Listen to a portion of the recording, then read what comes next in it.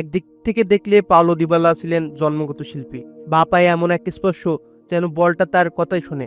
Dribble, finishing আর সেই নিঃশব্দ আত্মবিশ্বাস, সবকিছু মিলিয়ে তিনি ছিলেন আলাদা।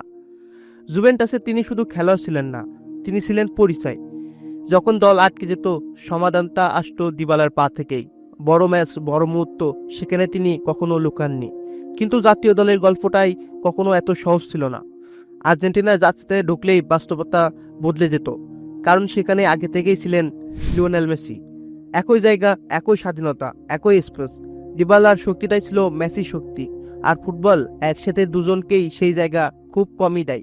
ফলে দিবালাকেই সরিয়ে দেওয়া হলো, কখনো ডান উইং, কখনো ফলস নাইন, কখনো শুধু বেঞ্চে বসে অপেক্ষা। এগুলো তার খারাপ খেলার ফল ছিল না, এগুলো ছিল সিস্টেমের সিদ্ধান্ত। তিনি কখনো অভিযোগ করেননি, কখনো মিডিয়ায় কথা বলেননি, শুধু নীরবে মেনে নিয়েছেন ভুল জায়গায় আটকে থাকা নিজের প্রতিভাকে। সময় গড়িয়েছে, কোচ বদলেছে, কিন্তু দিবালার গল্পটা বদলেনি।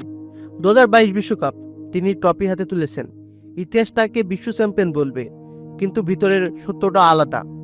এই বিশ্বকাপ ছিল আর্জেন্টিনার গল্প, এটা ছিল মেসির গল্প। দিবালা সেখানে ছিলেন অংশ, কিন্তু কেন্দ্রে ছিলেন না। ফুটবল প্রেমীরা জানে এই প্রতিভা আরো বড় কিছু হতে পারত, আরো গভীর ছাপ রাখতে পারত ইতিহাসে। কিন্তু ফুটবল কখনো কখনো এমনই, সে প্রতিভাকে হারায় শুধু এই কারণেই, সে বুঝে উঠতে পারে না ওকে ঠিক কোথায় রাখবে।